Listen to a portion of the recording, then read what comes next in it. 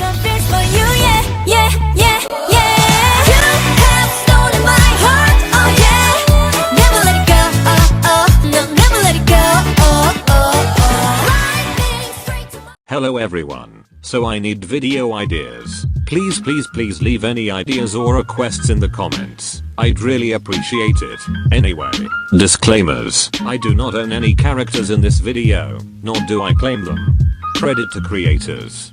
The characters do not have their canon personalities. This is simply fan work. Credits to songwriters, audio creators. Enjoy the video. Akaashi couldn't sleep. It was really late. He tried and tried, but just couldn't fall asleep. He didn't know why he couldn't sleep. He wasn't stressed. He wasn't in pain. It wasn't stormy. So what was the problem? Typically he would have just given up as he had literally nothing to do tomorrow. But he was exhausted. He just wanted sleep. Akaashi turned to look at the digital clock on his nightstand that read 1:15. Tears sprang into his eyes and he slammed his head back onto his pillow. Akaashi grabbed his phone. He selected Bokuto's contact and called him.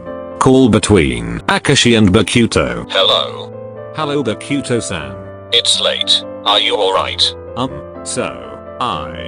Okay G, you're crying. What's wrong?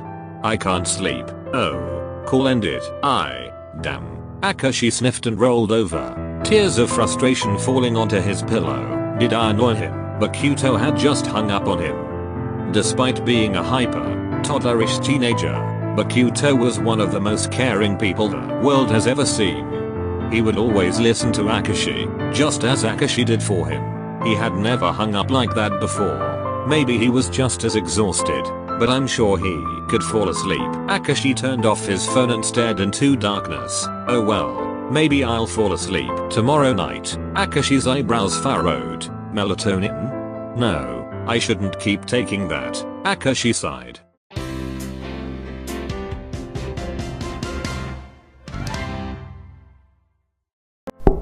Akaashi flinched. Akaashi shot up, terrified. Someone was at his window at 2 in the morning. He was home alone. No one else was in the house. He cautiously stood up and walked towards the window. He peeled back the end of the curtain, trying to get a glimpse of who was at his window so early in the morning. He flung his curtains back in shock. Oh my god. Whoa. I didn't think you'd be that excited to see me. You're at my window. Yeah. My room is on the 3rd floor, you dumb fuck. Aha, oops. Akaashi sighed and grabbed Bokuto's arm to pull him into his bedroom. Why were you screaming? Aren't you worried about waking someone up? There is literally no one else here. My parents are gone for the week and the housekeepers have the next couple days off. Meaning if you really wanted to you could run around the house. Oh. Well, it's too late for that. Wait. Why the hell are you here?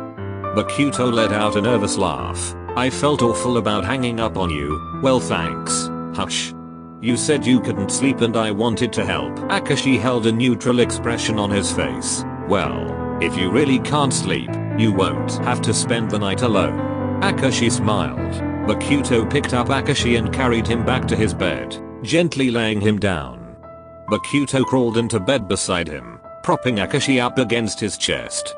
Akaashi held onto Bokuto's right hand and allowed Bokuto to play with his hair. You're so gorgeous, Mum. Akaashi yawned.